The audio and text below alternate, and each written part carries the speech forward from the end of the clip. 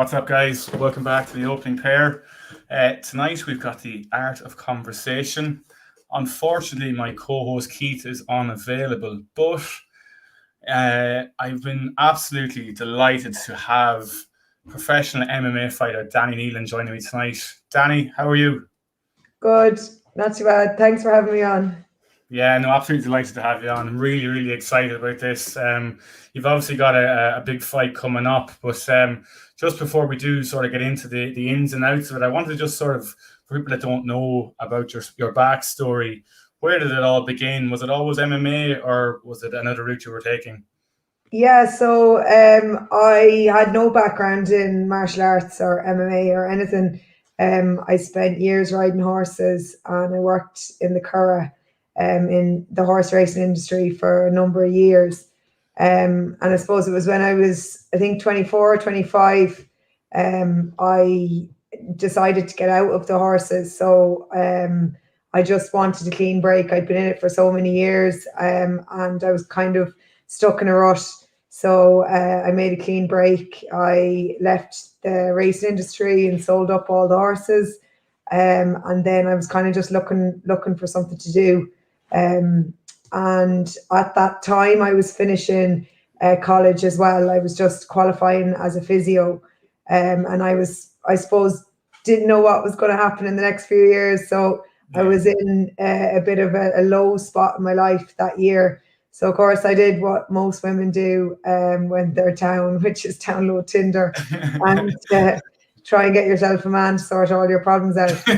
So that's what I did. And I actually swiped a fighter who was training up in SPG with John Kavanagh. And I met up with him and he told me all about MMA and fighting and Conor McGregor and all this. And I think I'd seen Conor like once on the Late Late Show or something, but I didn't really know who he was because I was stuck, head deep into the horses. So it was that was how I'd heard about MMA. And after talking to him, I thought, this sounds great. So there's no horse. It would be just me against another person, and we'd fight each other, and that just really excited me. So about a week later, I joined a martial arts club, and from the first night, I told myself I was going to be world champion. Wow, that's unbelievable. Probably at the time. Well, look at where you are now. Look where you are now, though. Like that mentality is obviously, especially for you that have it. But geez, that's a crazy journey. And I suppose you were training away for a couple of years. And when did you realize, okay, yeah, I can actually do this as a professional? Well, to be honest, from the start, I was only doing it to be a professional and to go all the way. Honestly, it was from the first night. I came from horse racing where I worked with people that were, top jockeys in Ireland and England. So I had no qualms about if you work hard enough at anything, you can be the best. So I'd been around lads like that had been very successful in sport. So it was just a matter of time in my head. So I was training with a purpose. It wasn't to learn martial arts or the jiu-jitsu lifestyle as such. It was none of that. I was training to learn how to fight, and I would be an amateur purely to turn pro, and then I would turn pro, and I had the UFC all in my head from a very early stage. Wow, that's amazing. I read an article from the 42 on yourself, and there's an amazing story of where you go traveling with your brother and you end up in Vegas, living the life as it is over there. Then you meet up with a certain John Kavanagh, and just talk us through that conversation you had, because I thought it was absolutely amazing and mind-blowing stuff. Yeah, so the same year I started MMA, 6 months later, I qualified. And then as a treat for qualifying college, my brother said, I'll bring you around America. He was living in Canada. So I flew over that summer and we traveled around America. And then the last stop was Vegas for Conor's fight. And Yeah. within 6 months of doing MMA, I'd gone from not really knowing who Conor McGregor was to being like one of his biggest fans of all time. Like us all, I suppose. Yeah, like totally Yeah. the new breed of MMA Yeah. fan. Like I wasn't a hardcore or anything before Yeah. that. So we went to the fight. He fought Mendes that night, and I remember just being in the stadium going, "I can't believe this!" Like it was just absolutely surreal. I can't believe someone from Ireland could do this because Vegas seems a million miles away from Ireland, but the arena was lit up with tricolors, and I was like, "God, this is like something This is from the a dream. movie." Yeah, it's absolutely the dream. And Yeah. in my head, I was like, "Oh, I'm just going to do what he's doing. I'm going to follow what he did." So the next day, we got word that there was a pool party going on, and it was like secret location. And Okay, right. we managed to figure out or find out from some other Irish fans, of course, not like we were on the guest list or anything. Trust the Irish to make their way into something like that. Yeah, and they can't keep a secret either. So like there was a few different Irish lads that all at the same place. So we turned up at this pool party. It was in a hotel, and you could queue up and get a picture with Conor and a picture with John. And I got a picture with Conor, but I didn't say anything to him or he didn't say anything to me. But then when I got John, I thought I'm going to introduce myself, and I said I train MMA. I want to be a fighter, and I'm going to be a fighter in your gym, and I'm going to fight for you in the future. And he just smiled and was looking at me like, whatever. I've heard this. I've heard this a million times before. Yeah. But he was nice to me, and he said, "Keep training hard, and absolutely, you can do whatever you want to do." Basically, like he encouraged me, and that was it. And he moved on and forgot all about me, but I didn't forget. And it was 6 months later, I was in SBG signing up to be a member there. That's mad. Yeah, because I just looked over the tweet that he put out that, and numerous people have come up to me and said this, especially with drink and stuff on board, but this is the one person who's actually followed through, and it was yourself, which is just outstanding dedication and hard work. But I suppose, right, you got linked up with John and you were training away, and we have to talk about Alan, your other half, and where did he all come into this? Was it as a love interest at first you met him, or through fighting, or how was the link up there? So I guess I was in a much better headspace once I started training SBG. So from Vegas, I went to Canada and I trained there for 7 months and lived with my brother. And then I came home because I was really homesick. And when I came back, I joined SBG. And I think it was, a full year after that or something, the following February, I downloaded Plenty of Fish. So I moved on from Tinder, moved up in the world. And I was just looking for someone. I was not going to meet anyone because I literally lived in the gym. And other than the guys in the gym, I was thinking, oh, I need to get myself a nice man now. So I matched with Alan because he pictures up of fighting. And we met up and had a cup of coffee. And from there, then we just started dating. So it wasn't that I was looking for a striking coach that would turn out to be my fiance, but he didn't even start training me straight away. We kind of kept it separate. But then after about 6 months, I was watching him teaching other people, and I was thinking, well, I don't know half of that of what he's teaching them, so I better get in on this. Wow, that's amazing. And I suppose, as you say, then that relationship grew, and you both sort of said, right, we have a serious connection here with fighting as well. And I suppose in the last crazy 18 months or so, or 2 years now, probably going on to it with lockdowns and everything, it's probably a huge advantage to have your partner / coach / best friend there with you, like, and keeping you fit and taking over. Absolutely. Like we didn't really feel a big impact of COVID at all because we had the gym, we had a house here with the back garden, and we had each other. So if I was in an apartment, well, I wasn't even in an apartment when I lived in Dublin. I lived in like a little box room with the God. family. So if that's where I was when this had happened, I would have been just running the roads. So Yeah. we're lucky to have a gym and have each other, and we're similar weight. So he's able to All perfect. grapple and wrestle Yeah. and spar. So Yeah. we flew along throughout that time. It was actually nice to get a break away from Dublin as well and let some injuries heal up and stuff. Yeah. And I see you have some brilliant TikTok videos with the two of you up dancing and acting the maggot with the dogs and everything, keeping yourself ticking over. But yeah, it's fantastic. And I even just when I was getting ready to talk to you here today, I actually drew a lot of parallels with yourself between with Rose Namajunas and her fiance Pat Barry. And Yeah.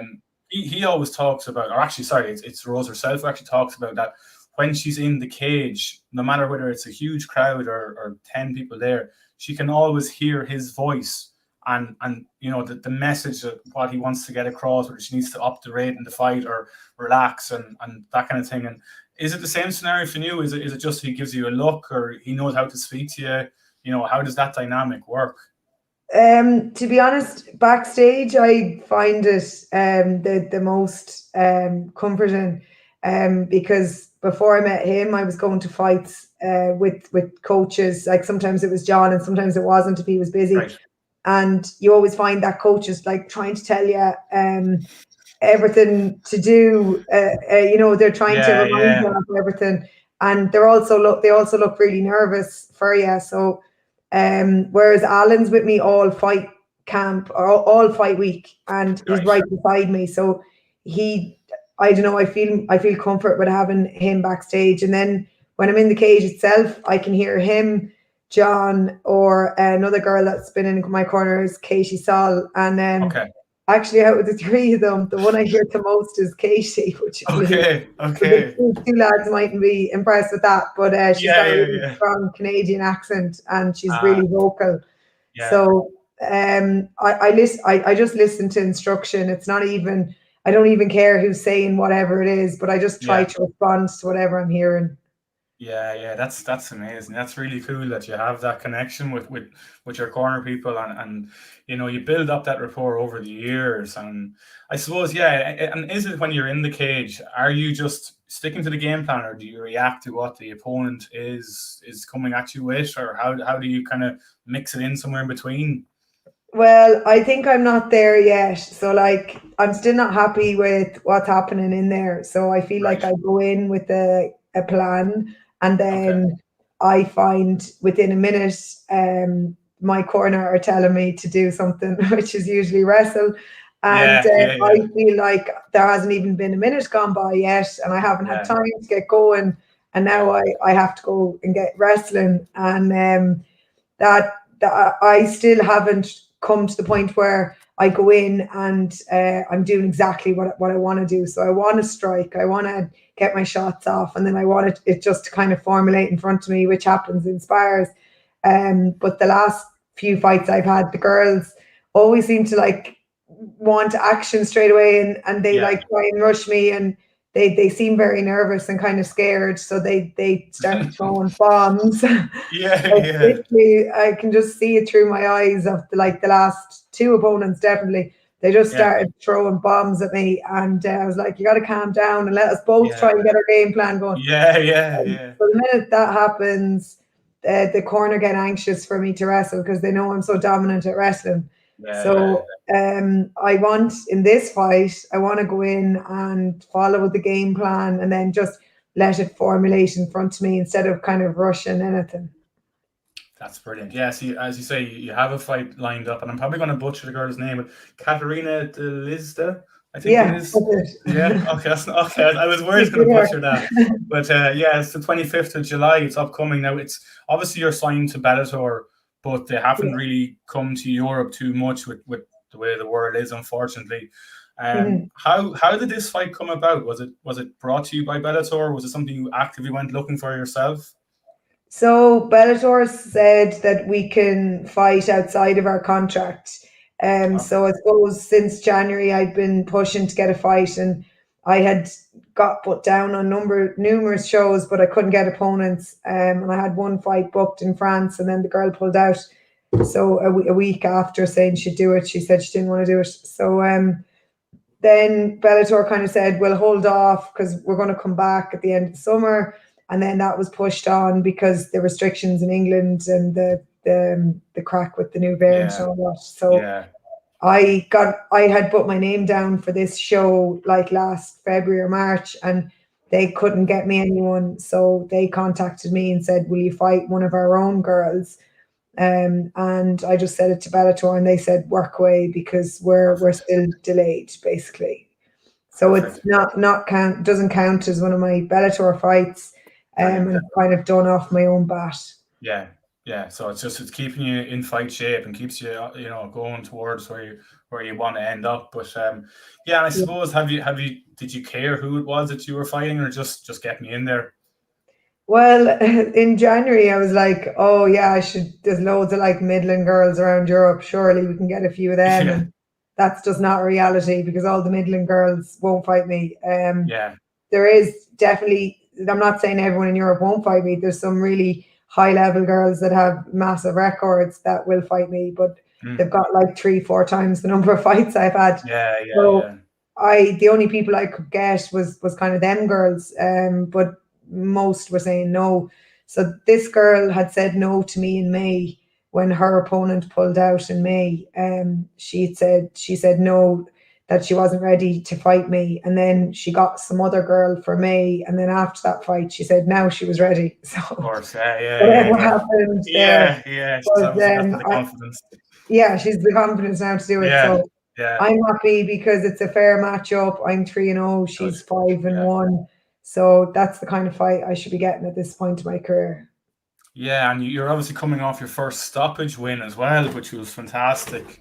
Nice rear naked choke finish. I suppose as well, like I've obviously been lucky enough to see your first 2 fights in Dublin, and the crowd was just absolutely buzzing, especially for your debut. You ended up fighting in front of Conor, fighting in front of a huge Irish crowd roaring you on.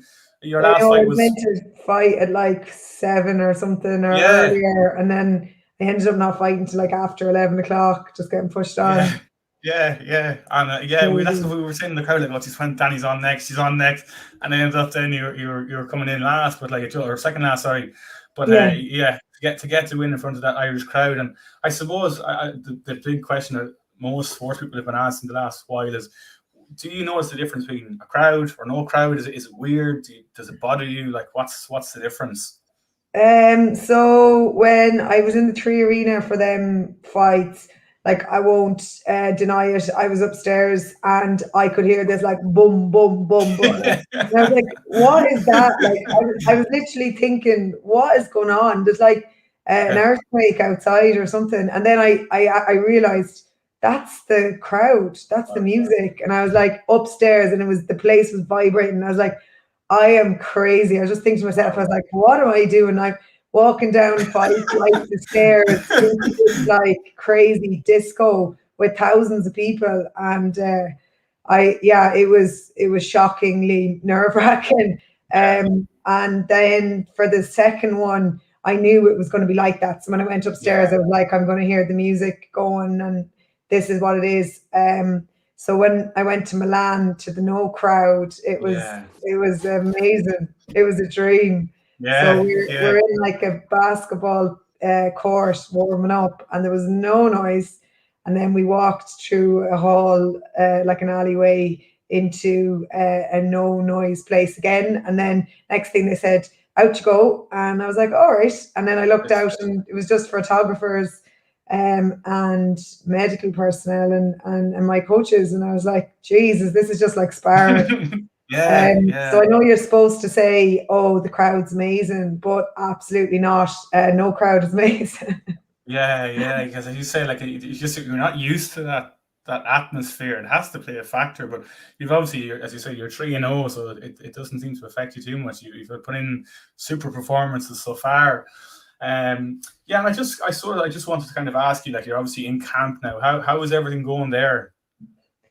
Yeah, everything's going good. Like I think I got like 6 weeks notice for this fight, and it was just perfect because I've been training like really flat out since January. Like I trained hard after the fight in Milan, but I knew I wasn't getting anything the end of last year. So since January, it's just been training and sparring and just over and over again. So if the fight was tomorrow, I'm ready. I was ready 6 weeks ago. Yeah. The quicker it can come, the better, Mm, because mm. it's like I've been training for so long. It's time to go in and see, what improvements I've Yeah. made. And, I don't think I could be any more ready, to be honest. Yeah, yeah. And it's obviously it's on YouTube, am I right in saying that? Yeah, I seen on Instagram this, it said it was going to be on, the prelims were going to be on YouTube. Brilliant. So I'll try and get a link out the day Yeah. before or something. Yeah, definitely. Looking forward to seeing you back in there. And you mentioned, I suppose, you talked about your brother earlier. He helps you with your nutrition and keeps you on the right track and everything. You're lucky you've got the whole thing back with you there. Yeah, so my brother's a dietitian, and he's been looking after me from the start, from like my Canada days. I was a lot heavier when I started martial arts than I am now.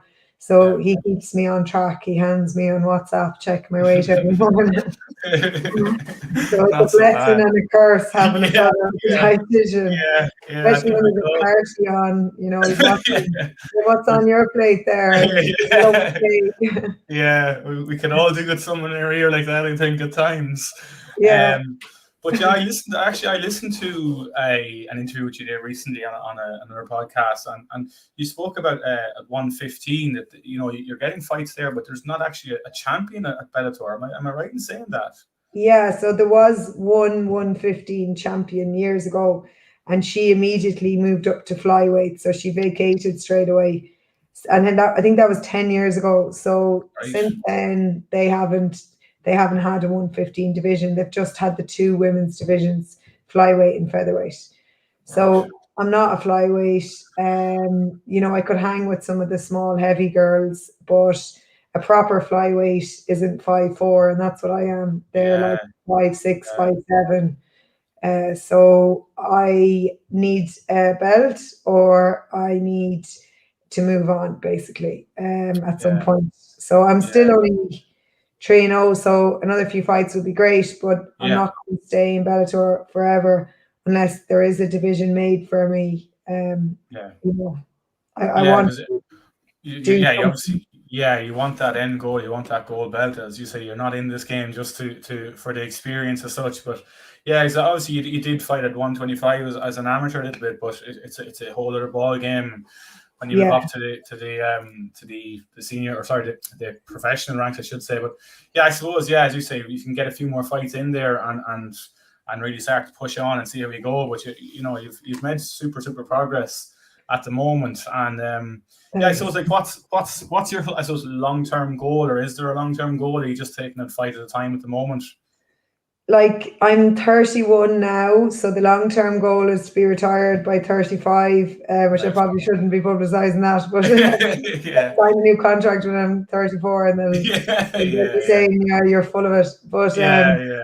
I want to do it for another 4 years, because I want to have kids as well. So if I was Of 10 years course. younger, I could have all the fights in the world. But I have a very accelerated journey ahead of me now. I don't have that many years, so I need fights. I need Yeah. something to work towards. So if it's a belt in Bellator, then it's a belt in Bellator. If not, I'll move on to a different promotion. And the next thing that makes sense is obviously the UFC for me. Yeah. Yeah.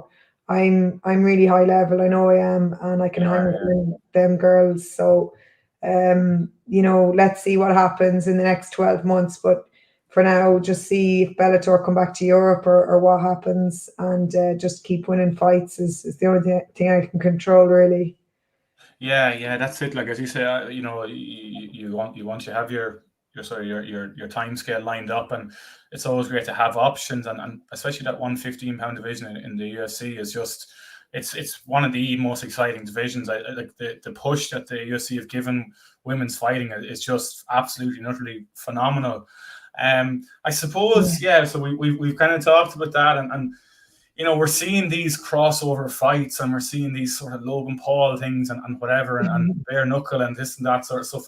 Would anything like that, if the right offer was made to you, would anything like that ever interest you, or are you just like, that's not for me? Alan, what do you think about me fighting bare knuckle? Him and Mum. Yeah, I keep going on about it. Alan and Mum have a vendetta against me not allowed to do bare knuckle. Right. So I get Alan in here. We get his opinion on it as well. Get him in here. He's there going, no, you're not doing it. You're not doing it.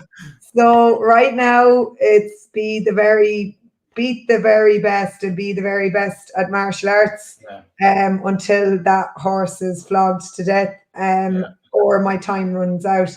And then I think personally in my final year as a hurrah, I should do it all. Why not?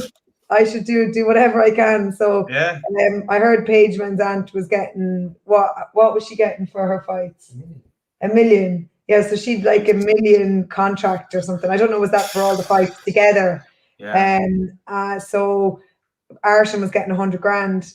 So for bare knuckle FC, when I no longer care about my knuckles or my face, then I'd absolutely do it if the money was big enough, because it could really change your future.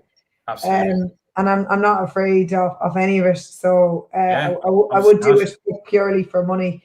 In terms of boxing, then I think unless it was a really middling girl, I'm not delusional enough to think I could go in there with like an Olympic champion who's still in their prime. Like, they'd light you up. Like a Patricia Seals or someone that she's after crossing over recently.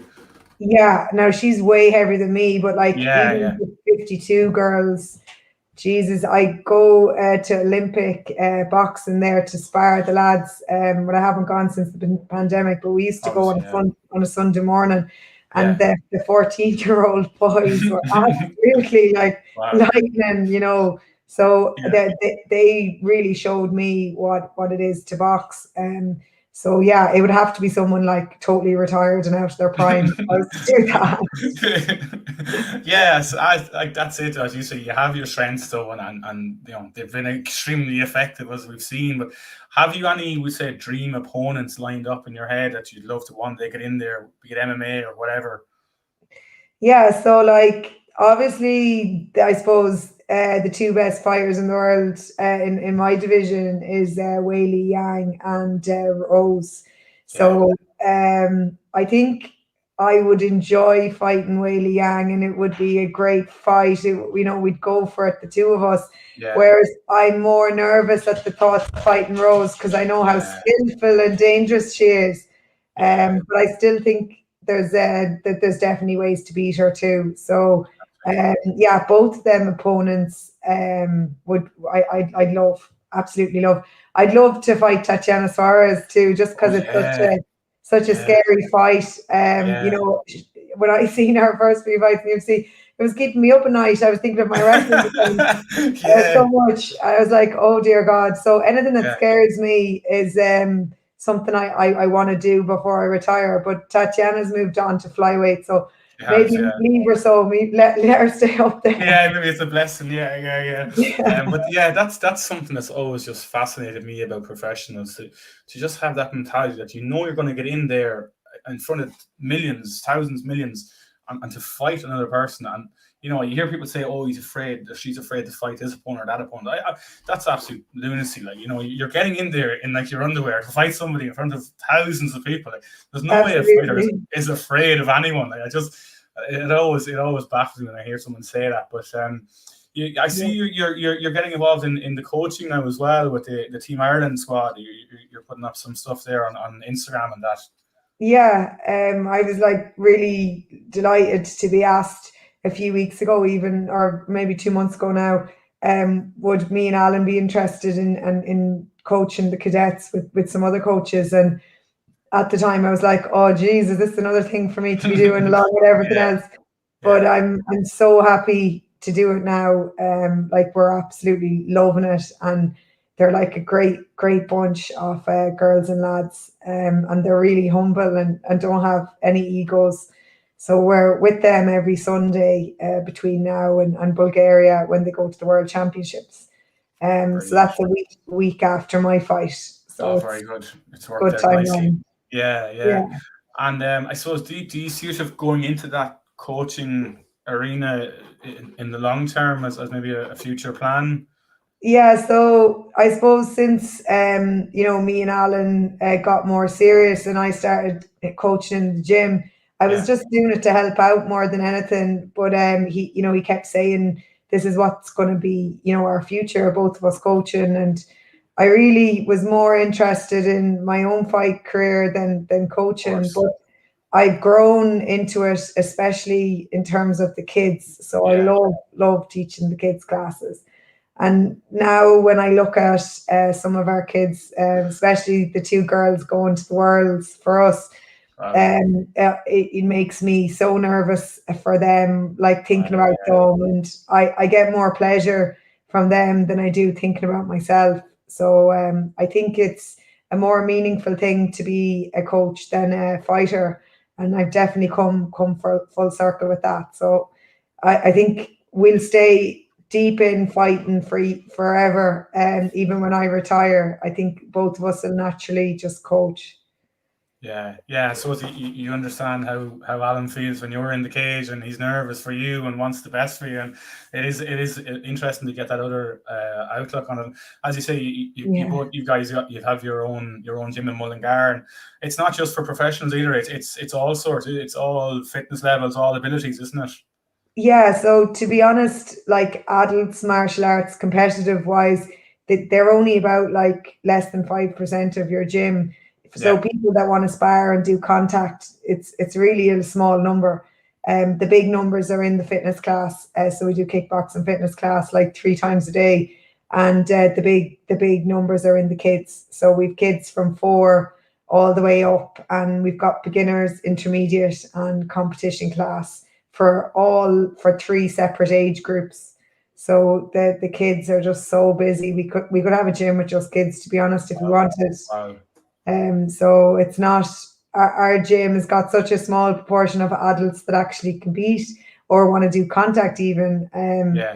It's more a family martial arts centre, as they call SPG in Dublin. Yeah. That's amazing, and I suppose you've really noticed that with the restrictions finally kind of lifting a little bit. That I imagine people are really keen to get back into it and get fit and moving again and get out of the house. Yeah, it's been our busiest summer yet. Summer is Brilliant. traditionally a bad time for gyms Yeah, because people go off. yeah. But we've been just inundated with calls and messages, so it's been really good. Brilliant.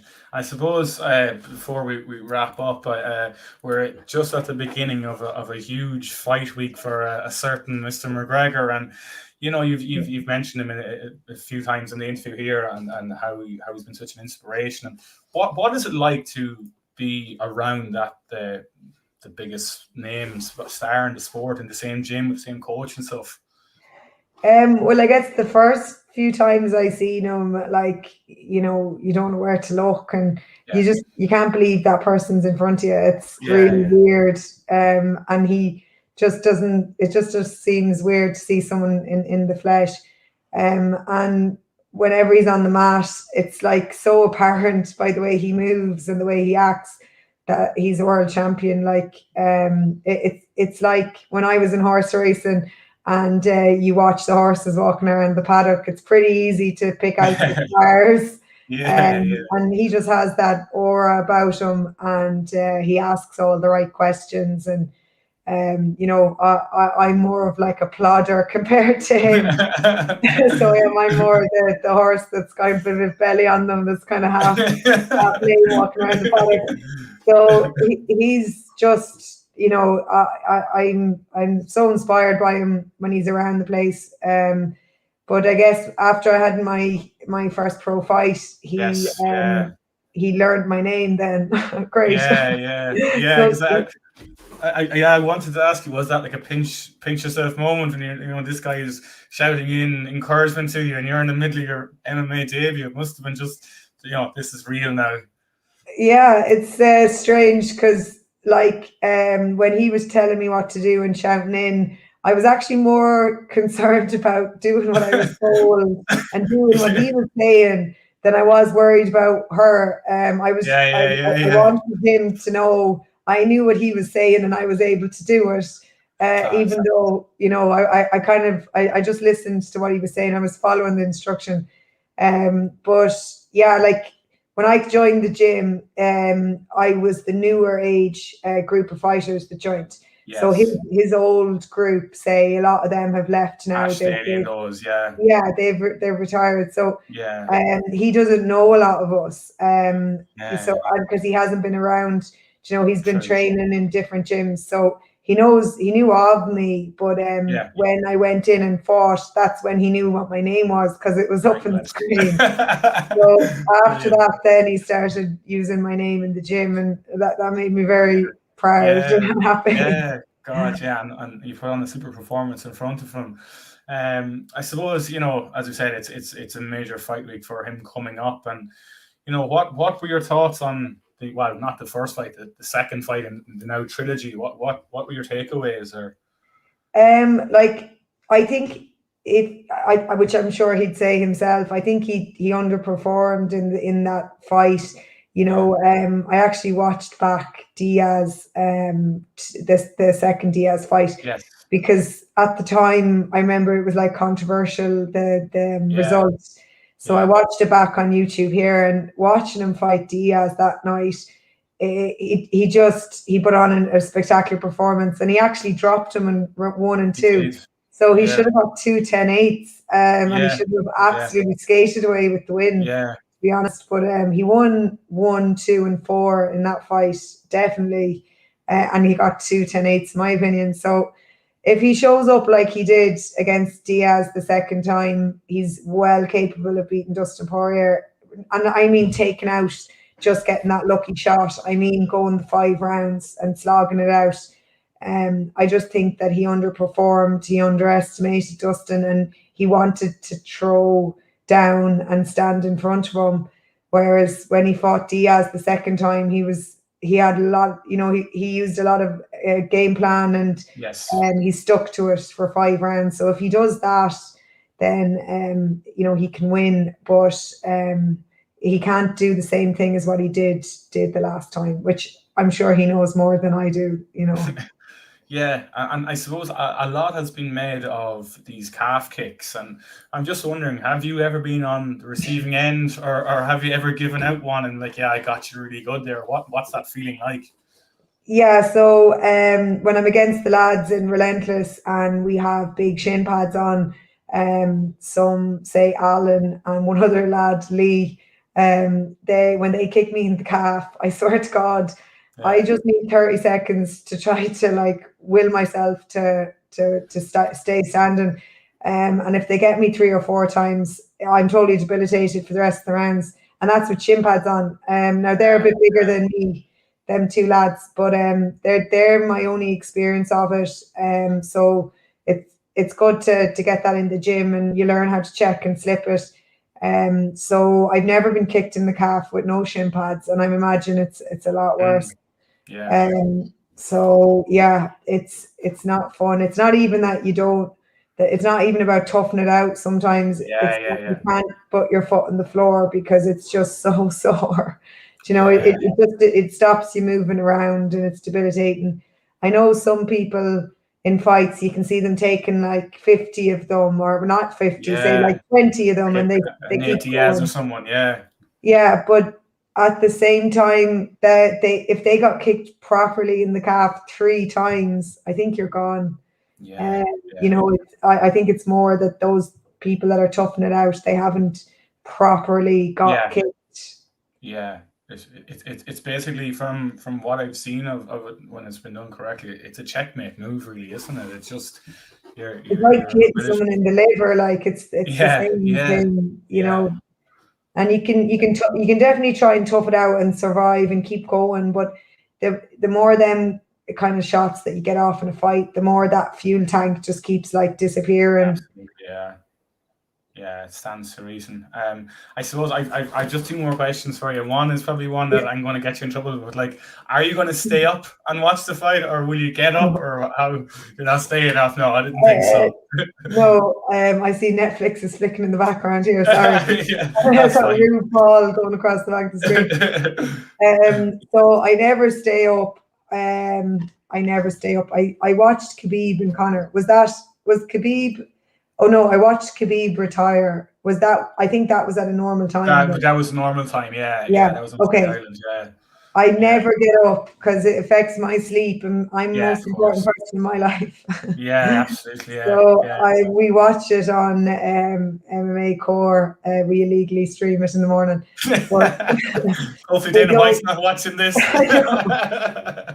He'd be like, that's my favorite site. I shouldn't be Yeah. having He'd be knocking on it. the front door now during the week. I know. He's mad to catch them. I don't think they Yeah. get in trouble though, because what they do is they don't post videos till the show's over. So I think they get away with it. But we don't look at the phone at all, and then we just put it on and watch it, like not knowing the result. Yeah, it's so hard. It's so hard. It's happened to me so many times. I've tried to, avoid phones, and then someone will just say to you that you never expect, and you're just like, "Oh, why did you do that to me?" I know. Yeah. I look. I don't have a fight coming up, so I will be staying up. But that's just me. That's not my life. But yeah, I suppose the last thing that I just wanted to kind of get your thoughts on is it, and I suppose it's a off the top of your head sort of a response, but like, if you were to give someone a bit of advice or your motto that you live by, that anyone changing career or whatever, it doesn't have to be necessarily a fighter, but just in anything, like what's the one advice or bit of a motto that you would live by or go by? So like, I suppose first thing is like for me starting MMA at 25, there's absolutely nothing you can't achieve if you want it bad enough.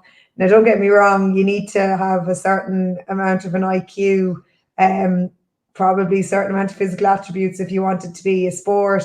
But there really, really isn't limitations. If you hate your job, if you want to start a new sport, go for it. Because this is it. Like, there's no rerun. And I suppose whatever you do before 50 is when you're going to be in the peak. After that, it's going to be harder to maybe become a professional fighter or a professional footballer. So I would say, first of all, the nothing is out of your reach. But then the next thing is if you have the book The Secret, burn it, because it's rubbish. And after you decide whatever it is you're going to do, know that it's going to take an awful lot of work, and it's going to be every single day. So consistency, the amount of people that I started SPG with, even on the beginner program, and I'm the only one out of that crew that's now on the pro team. So people drop off. Don't be that person. Just consistently do whatever it is, and know it will be hard, and know you will have loads and loads of losses and hard times. But if you just don't expect anything of anyone else, and you look after it all yourself and keep pushing yourself, then I don't think you'll be disappointed. So I think, number one, people don't dream big enough and don't think they can do it. Number two, they think they can do it, but then they believe The Secret is just going to happen, and they don't consistently work really hard. And then the last thing is that the final hurdle I find that people can fall at is that they expected something. They expected someone to do something for them, and they expected this big thing to happen, and don't expect anything. Just keep working hard, and it will happen. But it has to be on your own back, not anyone else's. Yeah, that's a brilliant bit of advice. I think we can all use that sort of mindset and just keep working towards whatever it is that you want to get to. But yeah, no, look, as I said, I was just so excited to get stuck into the interview here with you, and we've gotten some brilliant insights and great stories and stuff. And I'm really looking forward to the 25th to see you back in there, and I've no doubt you'll get the job done and get your hand raised once again. Yeah, thanks so much for having me on. I really enjoyed it. And I'm so sick of doing podcasts, to be Yeah, honest. But yeah. you asked loads of new questions, which is great. So Good, good. thank you for that. Good, good, good. I was I hoping didn't so. have to Yeah, I was repeat hoping. the same stories over Good. and over Yeah, again. So yeah. thanks a lot for Brilliant, freshening up. brilliant. Brilliant. That's great. As I say, look, best of luck on the 25th. We'll be all shout roaring you on as per usual. And looking forward to actually being able to get to one of your fights in person as well, whenever that may be, with everything the way it is. But thanks again, and we'll speak to you soon enough. Brilliant. Thanks very much for Cheers. having me Thanks on. so much. Thank you. Thank you.